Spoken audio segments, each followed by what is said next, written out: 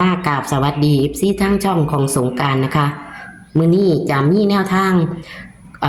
ตำล่าวของเซียนผาสุกมาฝากค่ะคืนนี้ก็บ่ผิดหวังค่ะเซียนผาสุกเข้าทั้งบนทั้งล่างเลยพี่น้องเลขวิ่งเพิ่นก็กอดข้อกันมาทั้ง2ตัวเลยค่ะพี่น้องเบิ่งค่ะเพิ่นให้62เข้า62ตรงๆและก็671ถ้า1ขันเป็น2จะเข้าทั้ง3ตัวโตดเลยพี่น้องแต่ตัดลิ้นก็จะได้76นะคะลืมเด้อค่ะเป็นกำลังใจให้กับเซียน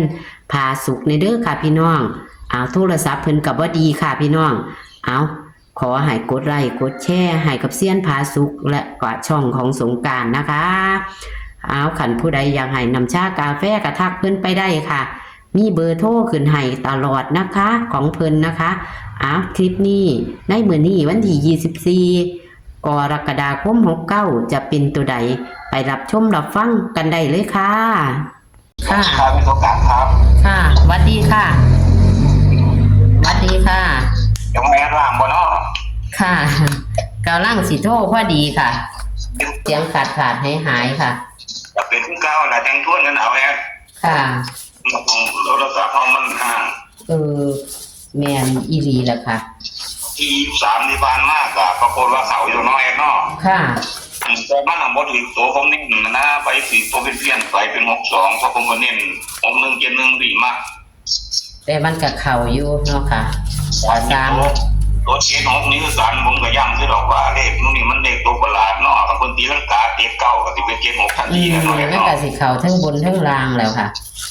จับ6เก็บให้อยู่แต่ว่าผมก็ว่าผมจับ6นี่มันจะหลายตัวผมเลยเอามาจับเป็นเลข3ตัวไว้นี่เป็น6 7 1นะ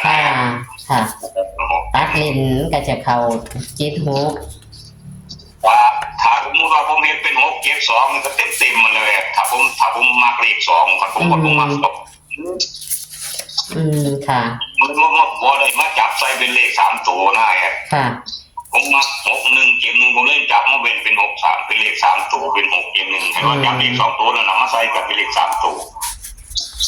แต่ผมมัก2พอดีจับมาไว้เป็น6 7 2น่ะนะมันสิเป็นเลขตัวพอดีเนาะมันก็2 7 6เนาะค่ะไม่เลข3ตัวก็เว้าไปแล้วว่าเพราะว่าผมจับบ่เองแต่ว่ามันก็ถูกอยู่แม่ค่ะ62นะเข้า62ตรงๆอยู่ดิถึงจะบ่นิ่นมันก็เข้าอยู่ค่ะครับเด็กวิ่งก็เข้าเนาะเข้าหมดเลยค่ะเด็กวิ่งสุดยอดอยู่ค่ะเด็กก็ได้สุดยอดล่างวิ่ง6นี่ได้ทั้งบนทั้งล่างเลยเหรอวิ่ง6นี่ค่ะถ้าไปรู้น้ำบนล่างจังซี่สิได้ครับได้แล้วค่ะจังว่ามันเข้าน้อยเนาะค่ะเข้าทั้งบนทั้งล่างอยู่ดอกตัดลิ้นทั้งมันกอดข้อพุ่นแล้วค่ะ6 7น่ะมันกอดข้อมันเข้าค่ะอยู่ที่นี่เซียนน่ะเข้าหลายตัวอยู่กับเพิ่นมีแรงมันสิได้หลายอยู่นะเอาคักอยู่ค่ะสุดยอดเลยค่ะเป็นกำลังใจให้เซียนในเด้อค่ะพี่น้องเลย2ก็บ่ได้กลับน้อยเนาะแม่นค่ะเป็นมื้อดีทวนเด้อวันที่24นี่ค่ะเอาถึงเสียงขาดอย่างละค่ะขอให้เขาแอดเขียนวันที่แล้วบ่นี่ค่ะกำลังเขียนเลยค่ะวันที่24เป็นวันศุกร์สุดสัปดาห์อยู่แล้วในอาทิตย์นี้ยังบ่ทันอยู่จักเทื่อเลขวิ่งเนาะเลขครับก็ปรากฏว่าเขาเป็น2มื้อนึงบ่ตรงใดนี่ล่ะมันก็บ่นั่นดอกค่ะในอาทิตย์นี้บ่เสียเวลาได้บ่ได้จับคู่ก็ได้วิ่งมาตลอดในวิ่งกับเขามาอยู่ชอบเมืองมื้อนี้มันจะเข้ามันจะหลุดค่ะว่าสุดสัปดาห์ตะเก่ากับปังอยู่นะของวันที่24นี่วิ่ง2กับ3เลยเด้อค่ะ2กับ3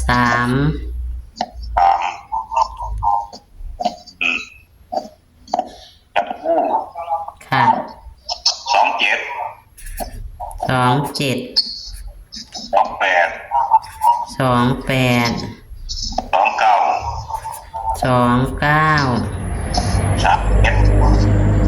นี่ยังก่อค่ะ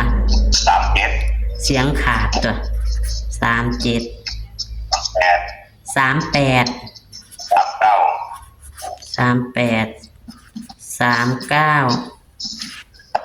เป็น17ตัวหนึ่งแอปที่2เนี่ยเอา48 17 กับ 48ค่ะ ถ้าเธอถึงแต้มเป็น4เก่าผมถือว่าเป็นนะ4เก่าเอานี่แหละประสบการณ์17กับ48แอดเดอร์ ค่ะ เลข3ตัวเนี่ยเอา2ชุดหนึ่งผมชอบคูณหลายอยู่ในแอดยังจังว่าชอบเดี๋ยวผมบอกฟังจากน้อยๆที่เพิ่นผู้คนเขามาฟังเพิ่นก็สิพอไปวิเคราะห์ซอยกัน ค่ะ สังเกตเบิ่งในวันศุกร์มันสิมีเลข0ติดมันมีอยู่งวดเดียวที่เลข0บ่ติดคือมันออกวันที่6วันที่26ที่ผ่านมามันบ่มี0มันเป็น1แต่ว่ามี0ที่แล้วมาตั้งแต่วันที่12มิถุนายนเนาะเลขมันออก5060ผมจับเลขคือ50งวดนั้นค่ะ0ได้นี่บัดนี้วันที่9วันนี้เลขมันออก4240นะแอดค่ะเลขออก4240งวดนี้ผมจับถือลูกบิดก็จื้อบ่ได้บัดนี้ในวันศุกร์ที่ผ่านมาเมื่อกี้นี่ล่ะมันดิเกตล่ะเลขมันออก4604นะแอดเลขล่างเป็นมันไปอยู่บนมันนี่เลข0ไปอยู่บนเป็นเลข04แต่ว่าเลขล่างเป็น46นะแอดค่ะบัดนี้วันศุกร์นี่มันจะเป็นแนวใดนี่นะครับมันบ่มาเบิ่นหลายมื้อแล้วสิบ่มาอยู่ติค่ะเบิ่นหลายถึงแล้วเนาะแม่นบ้านนี่ล่ะค่ะผมบ่ให้มันเบิ่นงวดนี่ผมสิเอาเป็นหาบซะจะไผเอาเบิ่นนั่นล่ะ227นะ227อันนี้039แอปตัวนึง039ของชุดนี่ล่ะค่ะถ้าเน้น039เลข2ตัวเน้น39และอีหยังอีกค่ะ27กับ27โอ้ยเนาะเสียงมาเป็นบาทพี่น้องเอ้ยซื้อโทรศัพท์ใหม่ให้เพิ่นแน่เด้อ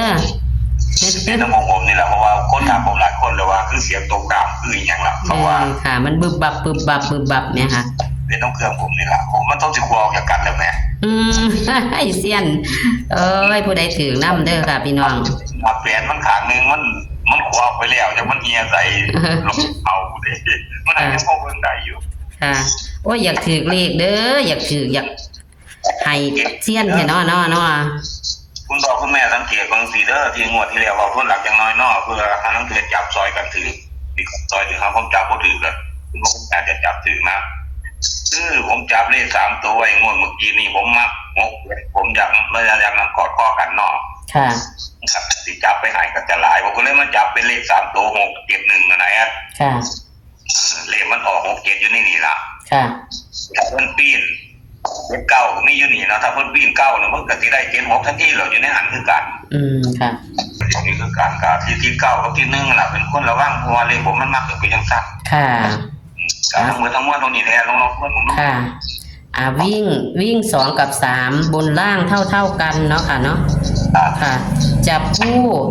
27 28 29 37 38 39เน้นที่27กับ39แม่นบ่ค่ะ2คู่ตัวกัน1748เลข3ตัว227 039เน้นที่039ตัวเดียวแม่นบ่ค่ะอย่าลืม9กับ6เป็นตัวเดียวกันเนาะ7กับ1เป็นตัวเดียวกันเนาะค่ะยังตั้งเนาะค่ะในหน้าเลขผมว่าค่ะมันเป็นอยู่ค่ะผู้เพิ่นละเอียดเพิ่นก็ว่าคือกันล่ะค่ะแต่ผมมีโชคก็ยังสิมีเด้อก็ขอติดตามกันไปนี่ล่ะค่ะเพราะว่าโชคของบ่ทันมากก็คือแม่นค่ะคือกันกับแอดนี่ล่ะซื้อยามใดก็บ่ถือจักเที่ยเห็นแล้วเฮาบ่ขึ้นมาแสดงว่าโชคของบ่ทันมาแต่ว่าเฮายังสิมีอยู่ในอนาคตข้างหน้าแต่ว่าเที่ยวนี้คือว่าจะเข้าแล้วแอดเด้อค่ะต่อก็คือว่าจะเข้าแต่ก็มั่นใจได้วิ่งนั่นล่ะได้วิ่งแน่หรือว่าที่คุยได้อยู่จักน้อยอยู่บ่ค่อยหลุดปานใดเนาะแม่นค่ะผู้น่ะผมมักจะจับเรื่องแต้มจังได๋คือเมื่อกี้นี่มักๆเด้6171แม่นบ่ล่ะค่ะนี่ก็คุณพ่อคุณแม่คือเลข6โตนี่มีสิทธิ์พอกันเบิดที่ผมเน้นให้นี่เน้นตามผมชอบตัวเองนำเลขนี่ค่ะมาแต่ว่าเลขทุกโตมีสิทธิ์เบิดนั่นล่ะถ้าเบิ่งแล้วคือชอบตัวนี้ล่ะเอาตัวนี้ล่ะไปแปลค่ะ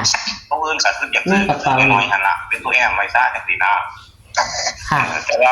ให้พี่ขอเอาค่ะทั้งหมดทั้งมวลตรงนี้แหละเด้อ ค่ะค่ะ ขอบ ค่ะ คุณทุกคนโชคดีในวันที่24ละเอาโชคดีครับสวัสดีครับโชคดี ค่ะ ครับ สวัสดีค่ะ ตัวเลขแนวทางของเพิ่นนะคะ วันที่23ที่ผ่านมาเมื่อคืนนี้พี่น้องบ่ผิดหวังเลยค่ะ สุดยอดเลยเห็นบ่พี่น้อง จับคู่ให้62จับคู่ให้62มา62ตรงๆถึงเพิ่นจะบ่ได้เน้นแต่ว่ามันก็ออกของเพิ่นแล้วก็67ก็กอดข้อกันมาเพิ่นจับคู่ให้อีกเลข3ตัว67ตัดเล่นก็จะเป็น76ถ้าเป็น2มันจะเข้า3ตัวโตดเลยค่ะพี่น้องนี่มันเป็น671เนาะถ้า672น่ะจะได้3ตัวโตดเลยพีดแต้มเดียวค่ะพี่น้องอ้าวนี่ค่ะของวันของมื้อคืนของวันพุธที่ผ่านมานะคะ นี่ค่ะ วันที่24กรกฎาคม69ตำล่าวกับเซียนผาสุกอย่าเผลออย่าพลาดค่ะ เน้น2หางคือเก่าค่ะพี่น้อง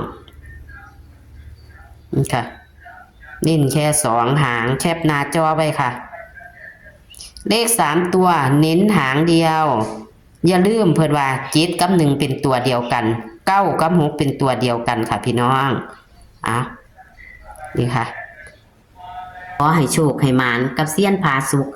ต่ำล่าวันที่24กรกฎาคม